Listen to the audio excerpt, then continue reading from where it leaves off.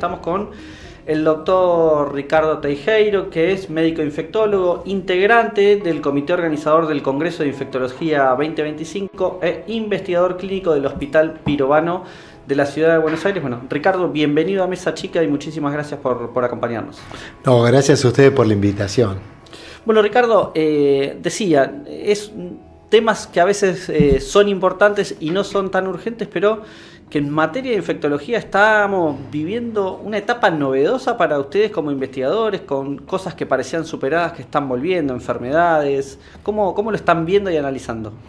Mirá, primero este congreso es fundamental para nosotros porque nos juntamos todos los infectólogos del país y como esta es una especialidad horizontal, le pega a todas las especialidades, tanto los clínicos, los ginecólogos, nos permite que en un congreso como este, el que acabamos de realizar, podemos juntarnos y compartir todas las experiencias desde cada lugar desde la medicina. Y nosotros nos estamos enfrentando a reemergencia. Enfermedades que creíamos que nosotros teníamos controladas, pero que de alguna manera empiezan a resurgir. No hablemos solo de enfermedades como enfermedad de transmisión sexual, que en el mundo estamos viendo un aumento de casos de sífilis, de blenorragia, de VIH que se mantiene, que es una pandemia constante, podemos decir, porque no estamos trabajando bien y tenemos casos todos los días. Pero aparte tenemos los casos como el sarampión, una enfermedad y en un país como el nuestro, que en el año 2000 se determinó que era un país libre de sarampión. Hoy, en el 2025, tenemos un brote que no lo estamos pudiendo controlar, pura y exclusivamente porque no tenemos buenas coberturas de vacunación. Con la vacuna, el sarampión se controla, pero la gente no se vacunó. ¿Y por qué? ¿Por el COVID? ¿Lo que dejó secuelas del COVID esto? Yo creo que son muchas las cosas, nunca es una sola, siempre es multifactorial. El COVID ayudó mucho a que la gente no asista al control médico, no asista a la vacunación, no haga su consulta. Pero las bajas coberturas las venimos viendo desde antes del COVID. Yo creo que hay que educar a la gente. La gente tiene que saber cómo prevenir las enfermedades y cuáles son los riesgos. Por ejemplo, una de las cosas que al haber controlado el sarampión con la vacuna, la gente dice, ¿para qué me voy a vacunar si no está circulando el sarampión? Y es todo lo contrario, no está circulando porque estamos bien vacunados. Cuando dejamos de vacunarnos con alguien que viaje al exterior, porque hay muchísimos países donde la vacunación no es ni gratuita ni obligatoria, entonces hay muchísimos países que el sarampión circula, como en Estados Unidos, como en Europa, uno viaja, contrae sarampión, lo trae a la Argentina y aparece esto, un brote que no estamos pudiendo controlar. Esos son riesgos muy altos en nuestro país. Usted habla de sarampión, ahora aparece el frío, comienzan las temperaturas bajas, irrumpen las infecciones respiratorias. ¿De qué tenemos que preocuparnos y cuáles son los consejos que dan desde los profesionales de esta especie? Sí, todos los años vemos en esta época la gran circulación, sobre todo de virus respiratorios. Son de fácil contagio porque nosotros estamos encerrados. Alguien que tiene un virus respiratorio, solo al hablar o al toser, lo está eliminando en el ambiente y puede contraer lo otro. Para cada virus hay gente que puede tener más o menos riesgo. Entonces yo siempre digo lo mismo, hay gente que es obligatorio que esté vacunado contra los virus respiratorios, porque esos son los que se pueden complicar, esos son los que se pueden hospitalizar y ahí pueden hasta morir. Después nos podemos vacunar todos para protegernos, pero sobre todo el virus de la gripe, una vacuna anual que se tienen que vacunar los niños de 6 meses a 2 años, las embarazadas, el personal de salud, los adultos mayores de 65 años y entre 2 y 65 años, todo aquel que tenga una enfermedad crónica, respiratoria, cardíaca, renal, que esté inmunosuprimido. Y todo aquel que conviva con alguien de riesgo. Si yo convivo con un adulto mayor o convivo con un niño pequeño, me vacuno para protegerlo al otro, para no transmitir la enfermedad. Eso con respecto a gripe. Ahora, tenemos una nueva vacuna para virus sincicial respiratorio, que es uno de los virus que afecta, pero con mayor magnitud a la población, y recién ahora tenemos una vacuna. Ustedes recordarán la bronquiolitis, una de las enfermedades más graves en los niños. Bueno, ahora estamos vacunando a la embarazada con esta vacuna para proteger al niño los primeros meses. Y también al adulto mayor de 60 años, porque es un virus que cuando lo afecta lo puede complicar. Y no olvidemos COVID, porque COVID no se fue. El COVID vino para quedarse. Claro. Lo que deja es de ser pandémico. ¿Por qué? Porque ya muchos tuvimos contacto con el virus o con la vacuna, entonces tenemos cierta protección. Entonces pasa a ser un virus respiratorio. Pero no olvidarnos que los niños pequeños, la embarazada, el adulto mayor, todo lo que tiene inmunosupresión, cuando hace un COVID puede tener una complicación. Entonces debemos seguir vacunando. Y tenemos una vacuna de producción argentina que tiene justo la cepa que está circulando. La mejor vacuna que podemos tener en este momento para hacer un refuerzo. Ricardo, ahí Marcelo marcaba el COVID como un punto de inflexión en algunas cuestiones de infectología. Probablemente para ustedes no, porque vendrían viendo determinadas tendencias, pero a nivel masivo a nosotros fue, primero que puso las vacunas en el centro de la escena. Empezamos todos a hablar de vacunación, de inmunología, de términos que tal vez no eran habituales. ¿Qué siente usted hoy cuando escucha que gente que dice no, las vacunas, no hay que vacunarse, las vacunas son peligrosas? Me imagino que debe ser como una sensación que lo enerve. Sí, el COVID trajo aparejado que empezamos a ser todos médicos. Todos hablamos de medicina, todos hacíamos recomendaciones. Lo primero que yo le digo a la gente es, no hay una vacuna. Nosotros generalizamos, hablamos de las vacunas como si hubiese una sola forma de hacer vacunas. Hay distintas plataformas. Hay algunas que tienen menos efectos adversos, otras que son más eficaces. Vos fijate que hoy, para gripe, por ejemplo, vos tenés una vacuna para el adulto mayor que tiene 4 veces la potencia de la vacuna que le damos al niño pequeño. Ya no es la misma vacuna. Entonces, en esto hay que ser muy respetuoso. Y esto siempre lo digo. Nosotros hemos erradicado una enfermedad como la viruela gracias a la vacuna. Y no hay en el mundo viruela. Nosotros hemos controlado enfermedades como el sarampión en nuestro país o la rubiola gracias a la vacuna. Contra eso no hay. Eso es evidencia científica. Ahora, después me pueden decir que hay alguien, como el secretario de Salud de Estados Unidos, Kennedy, que está en contra de la vacuna. Sin evidencia científica. No es un profesional de la salud. Es una opinión como puede dar el verdulero de la Está bien, cuadra. pero es el secretario de Salud de Estados Unidos. Claro, lamentablemente. Ahora la pregunta es, cuando yo leo a Trump, que dice que el virus del COVID lo inventaron los chinos, ¿me tengo que reír o me tengo que preocupar? A mí me preocuparía que una persona con una opinión de esa magnitud, que podríamos usarla para educar o para comunicar, esté diciendo esas cosas, porque es realmente preocupante. Porque es un tipo que es relevante, que puede llegar a difundir un mensaje de ese tipo sin haberse preocupado, haber tenido el tiempo necesario para decir a cuánta gente benefició la vacuna, cuánto se evitó la muerte gracias a la vacuna. Y eso es algo muy importante tener en cuenta. Ahora, cuando preguntabas del COVID, ¿no? del coronavirus, hemos naturalizado, ya es algo normal, algo como corriente, algo que hemos vivido y que fue tremendo. Sin embargo, hoy cuando veía que venía al programa, yo pensaba, ¿no? Cuando usted estudió, cuando se especializó, analizaría las viejas epidemias y las viejas pandemias de siglos atrás.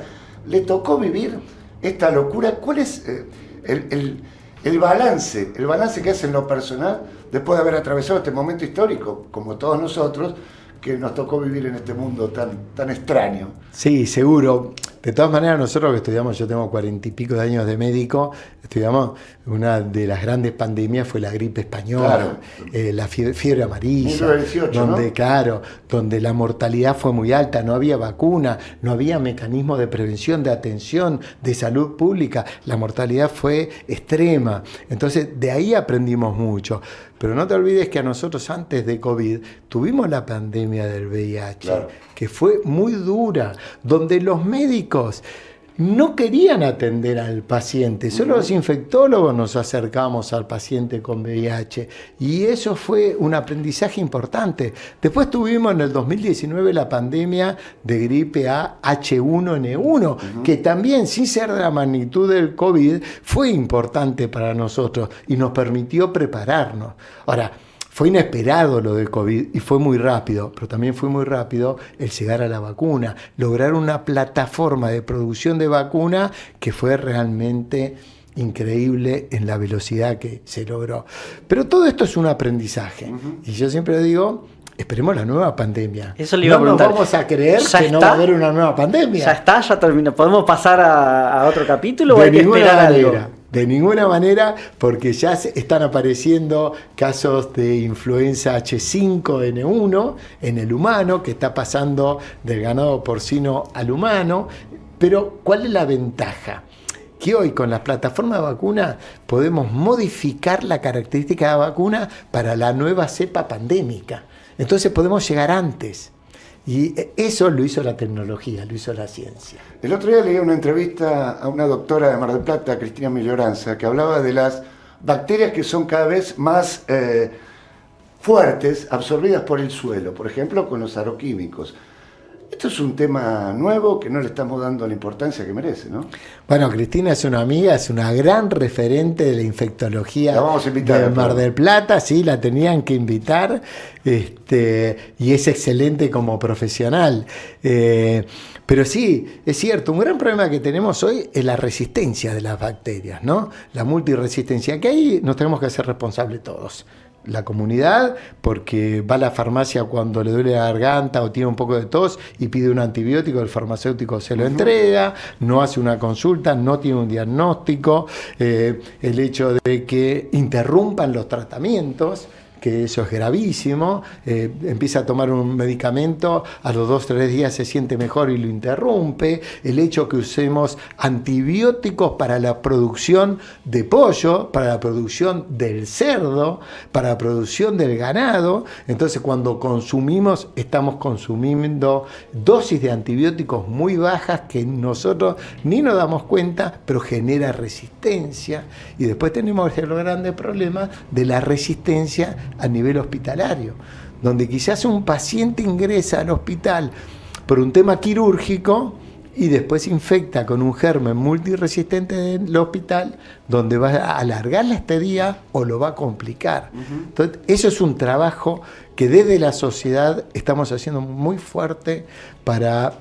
Ahora, inclusive, durante este año tenemos jornadas de resistencia antimicrobiana en Tucumán, donde vamos a tratar este tema, donde queremos mejorar la higiene hospitalaria, la higiene de las manos, que es uno de los grandes problemas para la transmisión de este tipo de bacterias. Pero es un trabajo que tenemos que hacer todos en conjunto, ¿no? ¿Y cómo impacta en esto la educación y la falta tal vez de difusión desde el Estado, de campañas oficiales?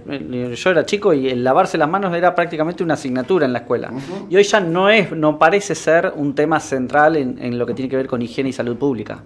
Sí, yo creo que la educación y la comunicación de los órganos rectores, como es la salud pública, es fundamental. No estamos viendo, lamentablemente, y creo que es algo que hay que trabajar y tenemos que insistir, y todas las sociedades científicas tenemos que estar atrás de esto. Es muy importante que en la escolaridad, en la escolaridad primaria y secundaria se traten estos temas, los temas de prevención, los temas de higiene, el sanitarismo. Convengamos que uno de los mecanismos de prevención más importantes, aparte de las vacunas, es la higiene y las cloacas. Eso es fundamental. Entonces, en todo ese tipo de cosas hay que educar. Un chico cuando sale del colegio tenía que tener por lo menos las normas claras de las enfermedades sociales, cómo prevenir. Y eso estamos hablando de enfermedades de transmisión sexual. Yo digo, estas son enfermedades sociales, de comunicación social. Y no puede ser que hoy no conozcan los mecanismos de ¿Y prevención. en esa generalidad hay un retroceso en la salud pública argentina? Sí, yo creo que sí, hay un retroceso porque nosotros hemos vivido muchas épocas, ¿no? Hemos vivido épocas donde la comunicación es fundamental y hoy creo que no se le está poniendo el rol a la comunicación. Es muy importante lo que están haciendo ustedes en este momento, invitándonos a nosotros para poder hablar a la población, poder llegar masivamente a gente, decir, ojo, no es quizás lo que diga yo lo que tiene que hacer cada uno de los individuos que me está escuchando, pero sí le diría, de lo que digo yo, consulte con su médico. A ver si su médico le dice que hay que hacer lo que digo yo. Porque los individuos somos todos distintos y cada uno tiene su riesgo. Y cada uno también tiene sus conductas sociales, conductas sexuales. Yo no tengo por qué decir si está bien o está mal tener varias parejas sexuales o no. Yo lo que le tengo que decir al paciente es cómo manejarse cuando tiene varias parejas sexuales. Y es importante el uso del preservativo. No hay mejor barrera para la prevención en lo que es transmisión sexual que preservativo. Hoy no tenemos difusión de eso. Hoy no enseñamos al chico cómo se debe usar en la escolaridad. ¿Qué tiene de malo ese tipo de cosas? Debemos hacerlo. ¿Y esto ya tiene relación en las estadísticas, estas falencias que usted observa? ¿Hay un crecimiento de casos? Sí, nosotros estamos viendo, inclusive a nivel mundial, crecimiento de casos, sobre todo en sífilis, en blenorragia.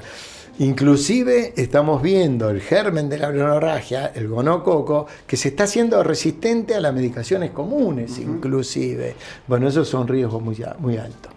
Hay que trabajar en esto. Hoy hablábamos fuera del programa con Mariano, que tuvimos una entrevista hace unos días con José Luis García, un escritor español que hizo un libro sobre la pornografía y los jóvenes. Vos tenías bien los números, que decía que un chico antes de tener una relación sexual, ¿cuántas horas de pornografía había visto? Aproximadamente 16.000 horas de pornografía y que entendía que ese era el mecanismo sexual con el cual él tenía que instruirse y arrancar. Imagino que eso tiene relación directa con nuevas enfermedades también, ¿no? Los chicos dan por natural lo que están viendo como algo anormal. Sí, seguro.